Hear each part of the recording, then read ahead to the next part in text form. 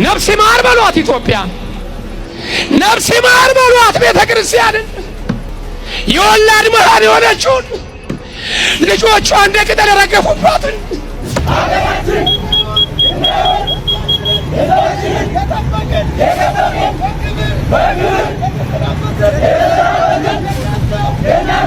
እነዚህ ፎቅ እንዲኖራቸው ለተባሉ ጄኔራሎችና ጠቅላይ ሚኒስትራቸው ሀብት እንዲያፈሩ ሲባል ስልጣናቸውም እንዲደረጅ እግራቸውን ያጡ አካላቸውን የተነጠቁ ወታደሮች ናቸው። ለአንድ አብይ አህመድ ብለው በአንድ ብርሃኑ ጁላ ተነድተው ጓዶቻቸውን አጥተው ከዚያም ደግሞ እነሱ አካላቸውን አስቀንሰው የቤተሰብ ሸክም የሆኑ የጥይት ትራፊዎች ናቸው። እኔን ለመግደል የምታደርጉት ሙከራ ተው፣ አይጠቅማችሁም። እኔን መግደል ማለት ኢትዮጵያ መግደል አይደለም። ኢትዮጵያ 100 ሚሊዮን ህዝብ አላት።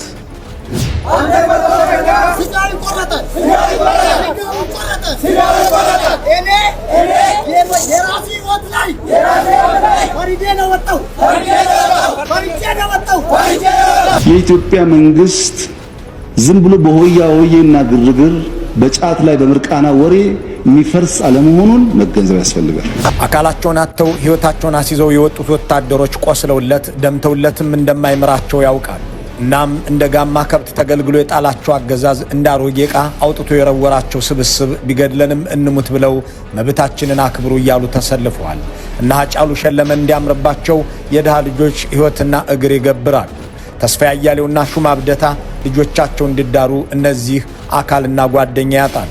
እነ ይልማ መርዳሳ እንዲከብሩ እነ ጌታቸው ጉድና እንዲደላቸው እነ ብርሃኑ ጁላ በ200 ሚሊዮን ብር የመኖሪያ ቤት እንዲያድሱ ባጫ ደበሌና አበባው ታደሰ ኮንትሮባንድ እንዲነግዱ መሐመድ ተሰማና ዘውዱ በላይ ከሀብታሞች ጋር እንዲዛመዱ እነዚህ ወጣቶች ህይወት ብቻ ሳይሆን ለዘላለሙ አካልም ያጣሉ። ሁለት ሆኖ እንደዚህ እንደምታዩት ሁለት ሆኖ ጠፍቷል ማለት ነው።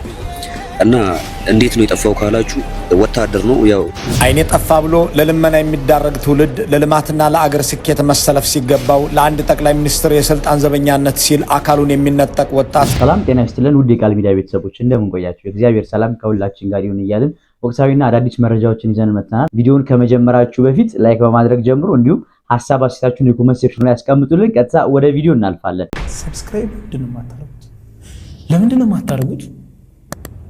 አሁን ማርኩ። ነፍስ ይማር በሏት ኢትዮጵያ፣ ነፍስ ይማር በሏት ቤተ ክርስቲያንን። የወላድ መሃን የሆነችውን ልጆቿ እንደ ቅጠል የረገፉባትን ልጆቿ አምነዋት በደጇ በተሰባሰቡ ወንጀል ሆኖ መታረድ፣ ወንጀል ሆኖ መታረድ። የሰው ልጅ እንስሳ እንኳን ሲታረድ ቶሎ ብለ ነፍሱን አጥፋው ይባላል። ሲያጓራ ያሳዝናል። የሰው ልጅ እየታረደ ያጓራ። አቤት አበስ ገበርኩ ምን ጭካኔ ሆን! አረ ከየት ተማርነው? አረ ማን ያስተማረን? አረ የነን ክፉ ማን ያስተመለከተን? ወገኖቼ አረ ኢትዮጵያ ያልነበረም ባሏ፣ አረ ኢትዮጵያ ያልነበረ ምግባሯ። የተራበ እኮ የምታበላ ነበረ። እንግዳ እኮ የምትቀበል ነበረ። ዓለም ሲያሳድዳቸው እግራቸውን አጥባ ሀብት ንብረት ሰጥታ እንግዳ አርጋ በተቀበለች ሁለት ውሃ የነበር ለኦርቶዶክስ ይሄ ነበረ። ዓለም መቀመጫ ሲያሳጣቸው ሲያሳድዳቸው አገራችን ኢትዮጵያ እኮ ተቀብላ ነበር ያስተናገደቻቸው። ሁለት ውሃ የነበር እንዴ ይሄ ነበር ዜጎቿን ማሰቃየት። እባካችሁ ወገኖች፣ እባካችሁ ወገኖች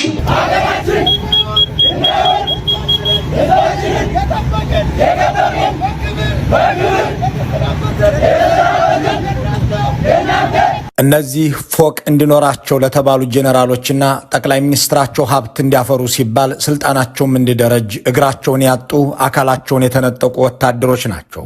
ለአንድ አብይ አህመድ ብለው በአንድ ብርሃኑ ጁላ ተነድተው ጓዶቻቸውን አጥተው ከዚያም ደግሞ እነሱ አካላቸውን አስቀንሰው የቤተሰብ ሸክም የሆኑ የጥይት ትራፊዎች ናቸው። እነዚህን ተጠቅሞ የጣለው አገዛዝ የጦረታ አበላቸውን የቁስል ካሳቸውን አልሰጥም ብሎ በአንድ እግራቸው በአንድ አይናቸው ሰልፍ እንዲወጡ አድርጓቸዋል።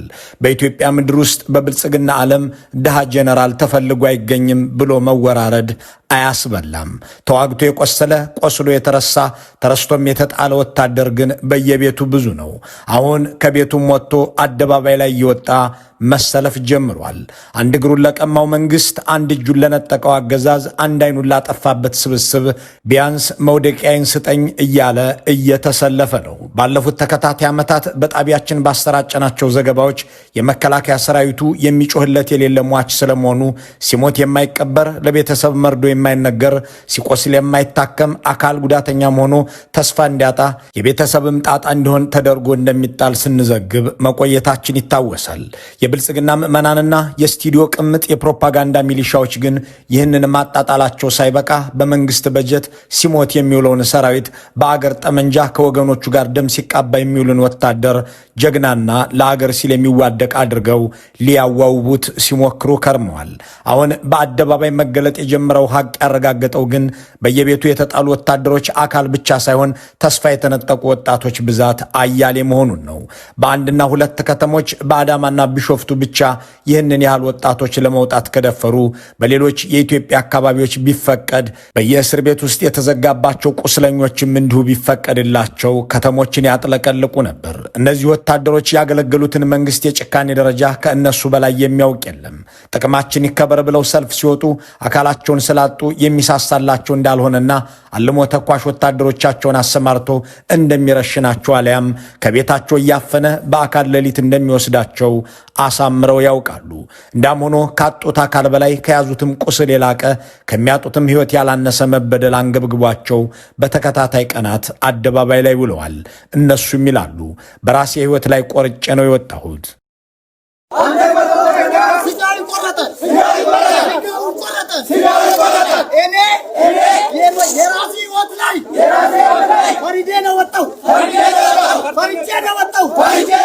አካላቸውን አጥተው ሕይወታቸውን አስይዘው የወጡት ወታደሮች ቆስለውለት ደምተውለትም እንደማይምራቸው ያውቃሉ። እናም እንደ ጋማ ከብት ተገልግሎ የጣላቸው አገዛዝ እንደ አሮጌ ዕቃ አውጥቶ የረወራቸው ስብስብ ቢገድለንም እንሙት ብለው መብታችንን አክብሩ እያሉ ተሰልፈዋል። እና ሃጫሉ ሸለመ እንዲያምርባቸው የድሃ ልጆች ሕይወትና እግር ይገብራሉ። ተስፋ ያያሌውና ሹማ ብደታ ልጆቻቸው እንዲዳሩ እነዚህ አካልና ጓደኛ ያጣሉ። እነ ይልማ መርዳሳ እንዲከብሩ፣ እነ ጌታቸው ጉድና እንዲደላቸው፣ እነ ብርሃኑ ጁላ በ200 ሚሊዮን ብር የመኖሪያ ቤት እንዲያድሱ፣ ባጫ ደበሌና አበባው ታደሰ ኮንትሮባንድ እንዲነግዱ፣ መሐመድ ተሰማና ዘውዱ በላይ ከሀብታሞች ጋር እንዲዛመዱ እነዚህ ወጣቶች ሕይወት ብቻ ሳይሆን ለዘላለሙ አካልም ያጣሉ። ሁለት እግርና ሁለት እጅ፣ ሁለት ዓይንና ሁለት ጆሮ ይዞ ከቤተሰቡ የተወሰደ ጦር ግንባርም የገባ ሰው በመጨረሻ የቤተሰቡ ዕዳ ሆኖ እንዳይሰራም እንዳይኖርም እንዳይሞትም ሆኖ ይጣላል። ሁለት አይኑ እንደዚህ እንደምታዩት ሁለት አይኑ ጠፍቷል ማለት ነው። እና እንዴት ነው የጠፋው ካላችሁ ወታደር ነው ያው ግዳጅ ተሰጥቷቸው ግዳጅ በሄዱበት ሳላ ድንገት በሌሊት ደፈጣ ተይዞባቸው ያላሰቡት ተኩሶባቸው በድንገት ከትልቅ ተራራ ላይ አዳልጦት ወድቆ በሁለት አይኑ ነው እንደዚህ የተፈጠፈጠው ማለት ነው። እና ከሁለት አይኑ ሁለቱም አይኖች ተጎድተዋል። አንዱ ከጥቅም ውጪ እንደሆነ ዶክተሩ ነግሮታል ማለት ነው።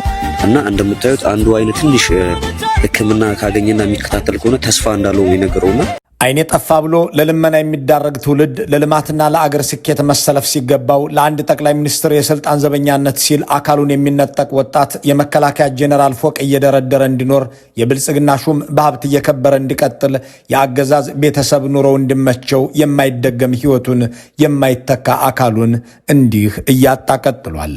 ለአገር መጠበቂያ ሳይሆን ለዙፋን ማዳኛ በየተራራው የወደቀ አካል ጉዳተኛ ሆኖም የቀጠለ የተጣለ ወታደር በአዛዦቹ አይታወስም፣ ያዳነው ስልጣን አይታደገውም። የሀገር መከላከያ ተብሎ በሕግ የተቋቋመው መስሪያ ቤት የአንድ ግለሰብና ግብረ አበሮቻቸው የስልጣን ዘበኛ ሆኖ ከራሱ ወገንና ሕዝብ ጋር ፍልሚያ ከገባበት ጊዜ አንስቶ በየጥሻው እየወደቀ የጅብ ቀለብ የአሞራ ሲሳይ የሆነ ቀጥሏል። ጠቅላይ ሚኒስትሩም እንዳሉት በእሳቸው የስልጣን ዘመን አንድ ወታደር ለኢትዮጵያ ሉዓላዊነት ሲል ለአገር ደህንነት ሲባል አልተሰዋም። ለአንድ ወንበር ሲባል ግን በመቶ ሺዎች እንተላለቃለን እንዳሉት መቶ ሺዎች እያለቁ ቀጥለዋል። ተደርጓል። ራሳቸው አብይ እንዳመኑት ባለፉት 8 ዓመታት የተወረረን የኢትዮጵያ ግዛት ለማስለቀቅም ሆነ እንዳይወረር ለመከላከል አንዲት ጥይት አልተተኮሰችም። ኢትዮጵያውያንን ለመጨፍጨፍ ግን ድሮንም፣ ሚሳኤልም፣ ስናይፐርም፣ የአውሮፕላን ቦምብም፣ ታንክም፣ መድፍም ተተኩሷል። ዓለም ያፈራው መሳሪያ በኢትዮጵያውያን ገላ ላይ ያልተተኮሳለ ከተባለ ኒውክለር ብቻ ሳይሆን አይቀርም። ብልጽግና የለውም እንጂ ቢኖረው ኖሮ ኒውክለሩንም እንደማይተኩሰው ለመጠራጠር ቦታም ፋታም ያለ አይመስልም። አብዛኛው ከመከላከያ ወገን እየተጎዳ ነው። ዞሮ ዞሮ የሚጎዳው ደግሞ ወይ ባለስልጣን አይደለም ወይ ምን አይደለም፣ የደሃው ልጅ ነው። እኒህ ሰው አካላቸው ሳይጎድል ተርፈው ሕይወታቸውንም ሳያጡ ድነው ለምርኮኛነት የተዳረጉ ሰው ናቸው። በጠላቶቻቸው እጅ ከመውደቃቸው በፊት ሻምበል የሚል ማዕረግ የነበራቸው ሕይወት ከመገለባበጡ አስቀድሞ ከአብይ አህመድና ብርሃኑ ጁላ ክፍለ ሰራዊቶች መካከል የ95ኛውን ክፍለ ጦር 3ኛ ሬጂመንት ያዙ ነበር። ስማቸው ጌትነት ፈቃዱ ይባላል። ሻምበል ጌትነት 28 ዓመታት ሙሉ አገራቸው ውስጥ የኖሩት በውትድርና ነው። አገራቸውም ሆነ ሰራዊቱ ከየት ወዴት እንደተፈጠፈጡ የተረዱ መሆናቸውን ሲያብራሩም የድሃ ልጅ እንጂ የባለስልጣን ልጅ አልሞተም አልቆሰለም ይላሉ። በእርግጥም ልክ ናቸው። ከብርሃኑ ጁላ ልጆች አንድ የጎደለ አንድም የቆሰለ የለም። የአብይ አህመድ 3ቱም ልጆች ወደ አሜሪካ እንዲላኩ መደረጋቸውን የተናገሩት ራሳቸው ጠቅላይ ሚኒስትሩ ናቸው። የጀነራል ሹማ አብደታና የጀነራል ተስፋዬ አያሌው ልጆች አዲስ አበባ ላይ በግማሽ ቢሊዮን ብር ገንዘብ ልጆቻቸውን ሲድሩ የኢትዮጵያ ገበሬ ልጆች በየቦታው ይወድቃሉ። ከአዳነች አቤቤ ዘመድ አዝማድ አንድም ሰው አልሞተም ብቻ ሳይሆን አልዘመተም ብሎ የሚወራረድ ሰው ይረታል። ሽመልስ አብዲሳ እንኳን ወንድም እህቶቻቸውን ሊያዘምቱ ወላጆቻቸውንም ከጊንጭ አዲስ አበባ ወስደው በቪላ ቤት ውስጥ ማኖር ከጀመሩ 6 ክረምቶች አለፉ። የአማራ ክልል ባለስልጣናት ከወላጆቻቸውም ከልጆቻቸው መካከል አንዱ እንኳን ጦር ሜዳ ሊሄድ ወደ ክልሉም አይጓዝም። የኢትዮጵያ ገበሬና ድሃ ልጅ ግን በየተራራው ይወድቃል፣ ሞቱ አይዘገብለትም። የአብይ አህመድን ስልጣን ለመታደግ የነሽመልስ አብዲሳንና ብርሃኑ ጁላን ቤተሰቦች ሕይወት ምችት እንድትላቸው ሲባል በመቶ ሺህ የሚቆጠር የመከላከያ ሰራዊት ባለፉት ዓመታት ረግፏል። መርዶ ለቤተሰብ አይነገርለትም፣ ሲቆስል አይታከምም። እናም በታጣቂዎች በተማረከ ቁጥር በየተራራው ከዓይኑም ባ ከገላውም ደም እያፈሰሰ ይማጸናል። እድል ቀንቶት ግማሽ አካል ይዞ ከቤተሰቡ የተቀላቀለ ደግሞ በሰልፍ ይጠይቃል።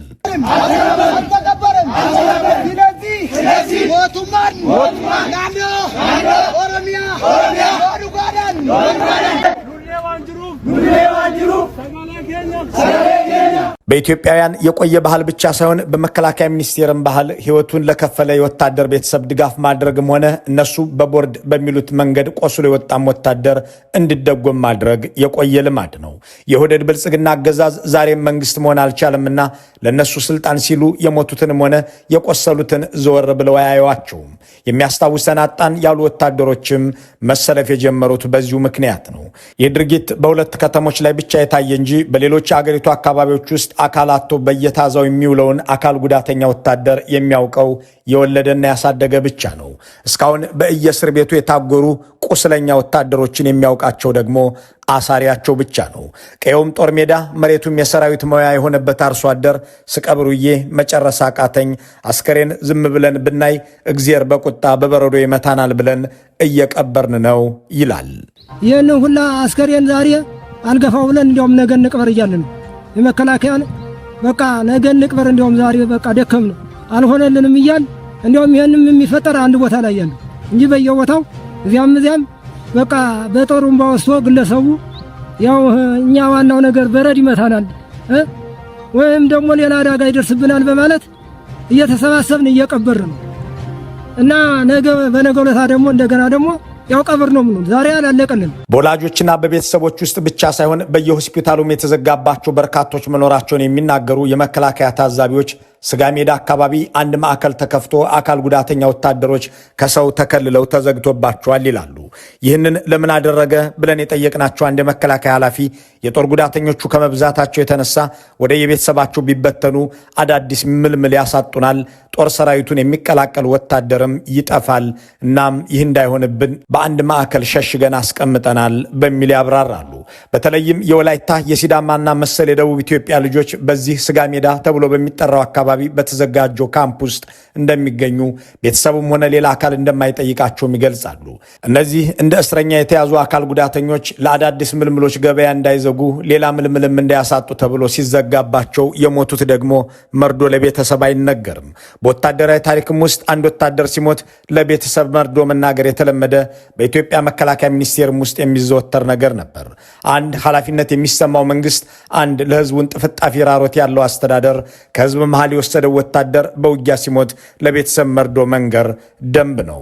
መርዶ መናገር ብቻ ሳይሆን ወላጆቹን ወይም ልጆቹን መካስም የአንድ መንግስት ጠባይ ያለው ኃይል ግዴታ ነው። የኢትዮጵያ መንግስት ዝም ብሎ በሆያ ሆዬና ግርግር በጫት ላይ በምርቃና ወሬ የሚፈርስ አለመሆኑን መገንዘብ ያስፈልጋል። አንደኛው ነገር ማለት አስፈላጊ ከሆነ መስዋዕትነት ከዓላማችን ከመበልጸግ ጉዟችን ንቅንቅ የሚያደርገን ነገር የለም። አልተፈተንም አላልኳችሁም፣ ግን አንሸነፍ። ይሄ ግራ የሚገባቸው በጣም ሰፊ የሚታለሉ ሰዎች አሉ። ይሄ ነገር እያለቀ ይሆን ብሎ ቶሎ ብሎ መስመራቸውን ወደዛ ወደዚህ የሚያደርጉ ሰዎች አሉ። እያንዳንዱ ሰው የራሱ ብቃትና የጥንካሬ አቅም ስለሚለያይ፣ ዋናው ጉዳይ ግን ፈተናዎች ይበልጥ እያጠነከሩን በፈተና ውስጥ ይበልጥ ወደፊት እየተጓዝን ነው ያለነው። ቁስልም ቢኖረው ሰዎች እየቀበርን ቢሆንም የህፃናት የንጹሃን ደም ጩኸት እንቅልፍ የሚነሳ ቢሆንም እኔን ለመግደል የምታደርጉት ሙከራ ተው አይጠቅማችሁም ብዬ ለእናንተ አመራሮች አንስቻለሁ። አሁን ደግሞ የማረጋግጥልዎት ነገር እኔን መግደል ማለት ኢትዮጵያ መግደል አይደለም። ኢትዮጵያ 100 ሚሊዮን ህዝብ አላት። እኔ በሞት አንደኛው ይነሳል። አይጠቅምም። በሐሳብ እንከራከር፣ እንወያይ። እኛ ጋም ችግር ይኖራል። 1001 ወጪ እንዳይከብዳችሁ ማለት ነው። እኛ ትንሽ ሀብታሞች ስለሆን አቶ መራራ አሁን ገና ሳቀ። ሀብታሞች ነን ስለው አሁን ገና ሳቁ መጣ። ለምንድን ነው ማየት የሚያስፈልገው? አምነናችሁ እንዳንናገር ሚስጥር መጠበቅ አትችሉም። ዝም ብለን እንዳንሰራ እናንተኛን አታምኑንም። ለዚህ መሃል ላይ ምን ይፈጠራል? የሚዲያ ጨዋታ ይፈጠራል ማለት ነው።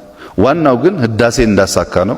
ኢትዮጵያ ውስጥ ዲሞክራሲያዊ ስርዓት ማሳካት የጋራ ፕሮጀክት ቢሆን፣ ሰላም የጋራ ፕሮጀክት ቢሆን፣ በሀገር ናሽናል ዲያሎግ ኢሹስ ላይ የጋራ አጀንዳ ቢሆን እና ለእናንተ እንኳን ቢቀር ለልጆቻችሁ የተሻለች ሀገር ብንተው ጥሩ ስለሚሆን መጀመሪያ ራሳችሁን በማሸነፍ የማታውቁትን ነገር ቀረብ ብላችሁ በመጠየቅ መረጃው ምንድነው ፋክቱ ምን ብላችሁ ተወያይተን መስመር እያስያዝነው ብንሄድ አሁን ያለውን ነገር መቀየር ይቻላል ብዬ አስባለሁ። አርበኞች የሉም ወይ ከዚህና ከዚያ የሚያበላሹ? ሞልተዋል፣ ግን አይችሉም።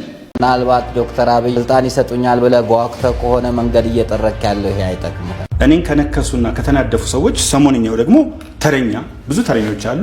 ተረኛ ሆነው የመጡት ዘወይንዬ ናቸው ወይም ሊቀ ትጉሃን ደረጃ ነጋሽ ናቸው። ስለዚህ አንድ ነገር እልሃለሁ፣ እባክህ ታዬ ከኢትዮጵያ ሕዝብ ጋር በይቅርታ ታረቅ። ይሄ ብቻ ነው የሚያዋጣው። ይህ እንግዲህ ያለማወቅን የሚያሳይ ነው። በሌላ መልኩ ታዬ ቦጋለ ሲናገር እንግዲህ ከሞዓ ጋር ለማያያዝ ከፋኖ ጋር ለማያያዝ ሙከራዎችን አድርጓል። ፖለቲካ ግቡ እንደሳቸው ሀገር የሚያፈርስ እኩይ የሆነ እኛ ብቻ የሚል አይደል። ያሳዘንከው ይበቃል። ስርዓት ያልፋል ታዬ፣ ስርዓት ያልፋል። የአፄ ኃይለ ሥላሴ ስርዓት አልፏል። የደርግ ስርዓት አልፏል። የኢህአዴግ ስርዓት አልፏል። የብልጽግናም ስርዓት ያልፋል። ምናልባት ዶክተር አብይ ስልጣን ይሰጡኛል ብለህ ጓጉተህ ከሆነ መንገድ እየጠረክ ያለው ይሄ አይጠቅምም። የብልጽግናና የቤተ ክህነት ሹመት የዶሮ እንቅልፍ ነው ወዳጅ። ሚሊዮነር ስለሆናችሁ አትበሉትም። ሚሊዮነር ስለሆናችሁ አትበሉትም። የቤተ ክርስቲያንም ሰዎች ገንዘብ ያከማቻችሁ ንብረት ያከማቻችሁ መነኮሳትና አንዳንድ ጳጳሳት አትበሉትም። አጠገባቸው የነበሩት አቡነ ከሌ 40 ሚሊዮን ብር አልሸጥም 45 ሚሊዮን ካልሆነ ቤቴን ሲሉ ሳይበሉ ሞተዋል። አትበሉትም። በዘመዶቻችሁ ስም ያደረጋችሁ የቤተ ክርስቲያንን ሀብት የምታወርሱ፣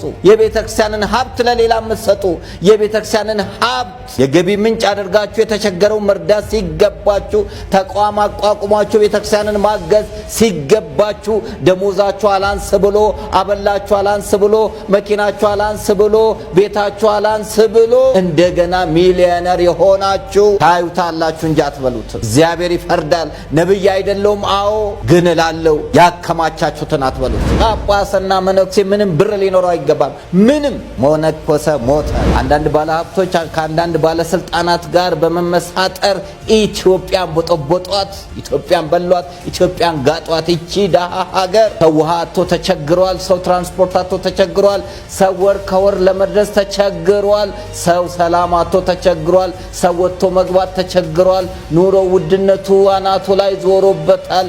የት እንደሚሄድ ግራ የገባው ህዝብ ላይ በሚሊዮን የሚቆጠር ብር ይበላል። በሚሊዮን የሚቆጠር ብር ይበላል። የሚመጥነንን ትልቁን ርዕስ ትልቁን አጀንዳ ትተን በስራ አስኪያጅ በተለያየ ነገር ሊያልቅ የሚገባቸውን ነገሮች እንደ አጀንዳ ይዘን መቁጠር አግባብነት የለውም። ቤተክርስቲያኑ ስላለው የሙስና አካሄድ፣ የምዝበራ አካሄድ ስር ነቀል ለውጥ ማምጣት ሲገባ እየሸፋፈኑ መሄድ አግባብነት የለውም። ካንተ ነው ምለው እኔ ሊመክረኝ የመጣው ይሄ ደረጀ ነጋሽ የሚባለው ሊቀ ድንዙዛን ግን ይሄ ሰውዬ ዝም ብላ አስተንትም ካየው አለባበሱ እንደው ዛሬ ስመለከተው ሱቲ ነው የለበሰው። ይሄ ምንድነው የሚባለው መጋረጃ ለብሶ ነው የቀረው።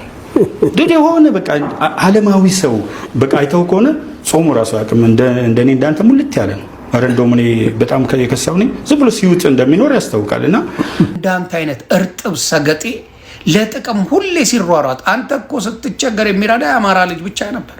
ማንም ያውቃል። ለምን? ኢትዮጵያዊነትን ስላቀነቀንክ፣ ኢትዮጵያዊነትን ስታቀነቅን ስለነበረ። ቴዲ ስለ ኢትዮጵያ ነው ያቀነቀነው። እሱንም ተቃውመዋል። እኛ ዳስ አንጥልም እናንተ ጣሉ እያልክ ነው ስትል የነበረው።